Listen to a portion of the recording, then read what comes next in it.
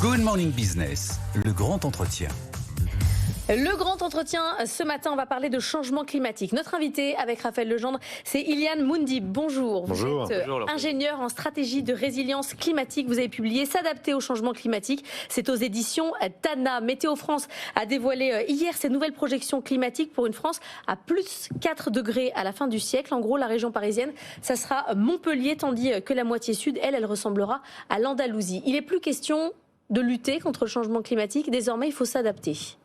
Évidemment que si, il est toujours de mise de lutter pour réduire nos émissions de gaz à effet de serre. J'ai fait mes devoirs avant de venir, je vous ai rapporté quelques graphiques pour essayer qu'on comprenne un peu ensemble ce matin les conséquences du changement climatique et les différents scénarios possibles.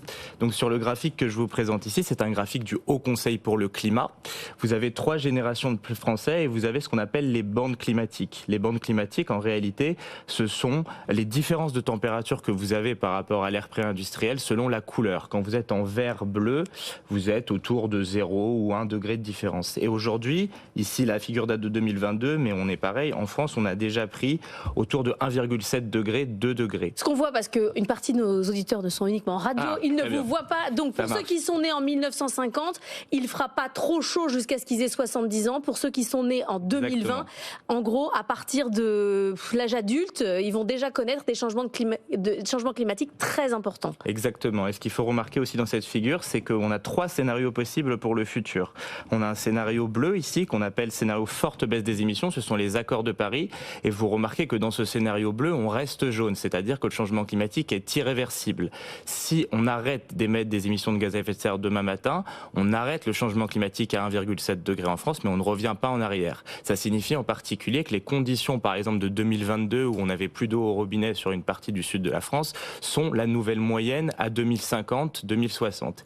Et ensuite, on a deux autres... Et ça, c'est le scénario optimiste. Hein. Ça, c'est le scénario si on tient l'accord de Paris. Ouais. Et ensuite, il y a 2 autres scénarios. Le scénario rouge, qui est un scénario d'emballement climatique, et le scénario orange, qui est en fait le scénario de la France 4 degrés, où en fait les différents États tiendraient tous leurs objectifs climatiques, sachant qu'il y en a un État qui nous fait le coup tous les 4 ans de plus vouloir les tenir. Ça nous mènerait à 3 degrés niveau mondial de réchauffement et 4 degrés en France. Alors augmentation du stress hydrique, vous l'avez dit, effondrement de certains rendements agricoles, des sécheresses en cascade, ce sont les scénarios évoqués aujourd'hui. Est-ce qu'il y a des endroits en France qui deviendront véritablement invivables ? Alors, il va y avoir énormément d'impact, donc je vais continuer avec mes... Vous avez une autre carte ? J'ai plusieurs autres cartes, oui. Puisqu'en fait, ce qui s'est passé, c'est que Météo France nous a dévoilé effectivement les différents scénarios d'une France 4 degrés. Ouais. Et une France 4 degrés, c'est une France avec 3 saisons supplémentaires. C'est une saison du trop chaud, comme vous voyez sur cette carte. Ici, quand vous êtes en rouge vif à 2100, vous êtes à plus 7 degrés. Donc par exemple, vous voyez... Principalement dans le sud-est et la façade est de la France. Voilà. Plus vous êtes au sud, plus il fait chaud. PACA et une partie de Rhône-Alpes, quoi. Mais vous voyez que tout est autour de 4 degrés de réchauffement, à peu près en France. Donc ça, c'est le trop sec. Ça peut vouloir dire des canicules qui durent plusieurs dizaines de jours, voire plusieurs mois. Et on a aussi 2 autres impacts. Le changement climatique, il augmente les températures, mais il exacerbe les 2 extrêmes du cycle hydrologique. Donc vous avez ici ce graphe avec les précipitations hivernales, c'est-à-dire que vous voyez qu'on a une augmentation relative de l'ordre de 25 à 40% sur toute la moitié nord. En fait, toute l'eau évaporée en plus, 1 degré de réchauffement, c'est 7% de potentiel d'évaporation en plus. Et ben toute cette eau, elle va retomber d'un coup, et en particulier sur le nord du pays. Donc on va avoir un nord qui va être sous le trop d'eau en permanence. Et la dernière petite carte, c'est le trop sec, puisqu'en fait les deux vont ensemble. En réalité, ce que vous avez ici, c'est qu'en fait tout le sud du pays va être plus sec. Notamment, vous voyez toute la région des Pyrénées. Pourquoi ? Parce que notamment l'Espagne et le sud de l'Europe sont en voie de désertification avec les effets du changement climatique. Vous voyez également la Bretagne avec des diminutions de précipitations importantes d'après les scénarios de Météo France. Et donc une France 4 degrés, c'est une France où on a du trop sec, du trop chaud et du trop d'eau à gérer en permanence. C'est pour ça que s'adapter à 4 degrés, il faut être très précautionneux quand on parle de ça. Puisque en réalité, on va être confronté à des néoclimats et on va être confronté à des situations que l'on n'a jamais affrontées. Les extrêmes d'aujourd'hui vont devenir la moyenne et on va être confronté à des extrêmes différents pour lesquels nos infrastructures ne sont pas dimensionnées. Donc premier sujet, il y a les villes villes, mais il y a aussi la gestion de l'eau. Là-dessus, Exactement. il y a beaucoup de choses à faire. Exactement. Alors qu'est-ce qui se produit donc ? Changement climatique égale plus chaud, égale une évaporation plus importante, égale une évapotranspiration plus importante, c'est-à-dire des sols plus secs, une végétation plus sèche, et donc des nappes phréatiques qui vont se remplir moins facilement, puisque le sol est sec, il absorbe moins les précipitations, notamment quand elles arrivent d'un coup. Et donc le débit des cours d'eau va devenir de plus en plus faible, en tout cas en été, et donc on va se retrouver dans une situation où on aura beaucoup de difficultés à gérer les différents conflits d'usage de l'eau. Je donne un exemple, ce qui prélève le plus d'eau en France, c'est la production d'électricité nucléaire et hydraulique, tandis ce qui en consomme le plus, c'est le modèle agricole, et notamment l'utilisation de maïs, qui est une plante qui va consommer énormément d'eau, en particulier pendant la période estivale. Et donc tout ça, cette gestion de l'eau, il va falloir l'organiser, parce que si on ne l'organise pas, on va se retrouver à faire face à des conflits d'usage en permanence. Ça veut dire quoi ? Ça veut dire plus de stockage ?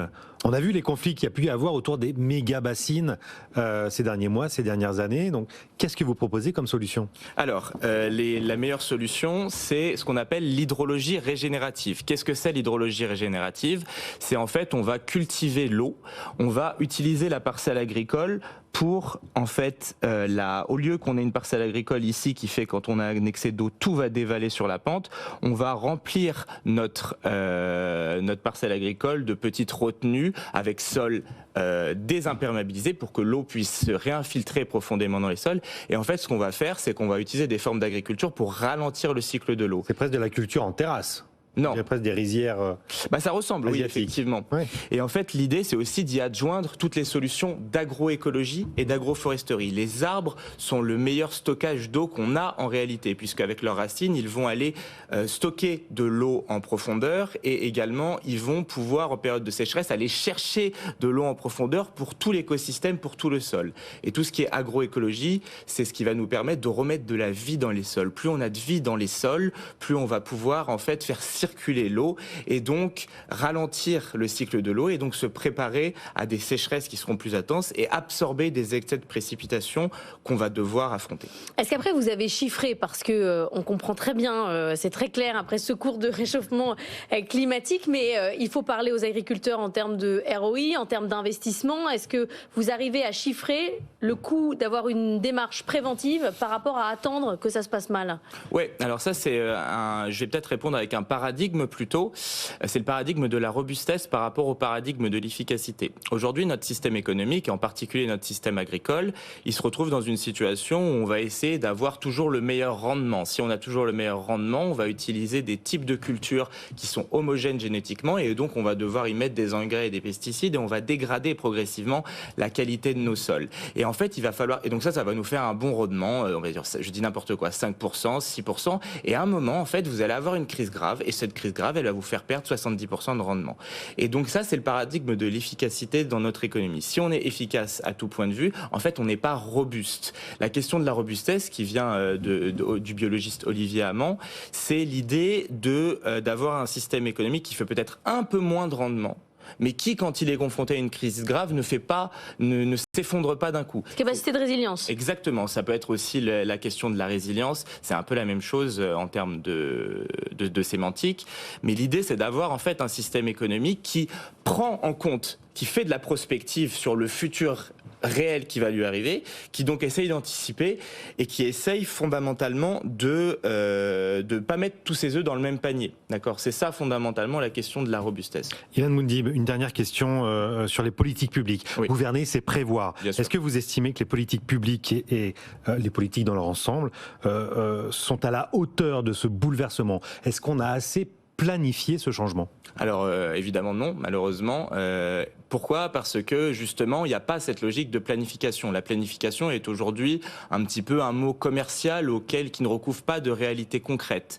Et donc cette planification... On vient de préparer, je vous coupe, pardon, mais on vient de présenter le 3e plan national d'adaptation au changement climatique. Exactement. C'était il n'y a pas longtemps, c'était au mois d'octobre. Tout à fait. Ce plan est de bonne qualité en termes de rédaction. Par contre, c'est un plan qui est malheureusement sans boussole et sans financement, du fait notamment des turpitudes politiques politique, mais aussi de l'austérité budgétaire qui est planifiée. Et la planification écologique et la planification de l'adaptation climatique va nécessiter des investissements importants. Il va falloir par exemple qu'on désimperméabilise largement nos villes en y incluant des trams bleus et des trams vertes. Il va falloir faire la rénovation thermique des bâtiments face au trop chaud. Il va falloir faire de l'hydrologie régénérative. Il va falloir renaturer nos cours d'eau.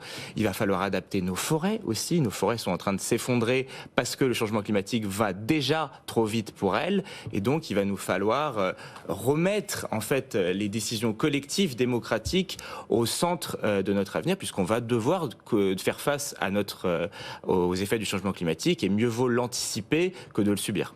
Un monde plus chaud à 4 degrés, ça sera impossible à assurer. C'est ce que disait Henri de Castries, le PDG d'AXA. À l'époque, c'était en 2015 à la COP19. On y va irrémédiablement. Merci beaucoup, Iliane Moundib, d'être venue ce matin, ingénieur en stratégie de résilience climatique.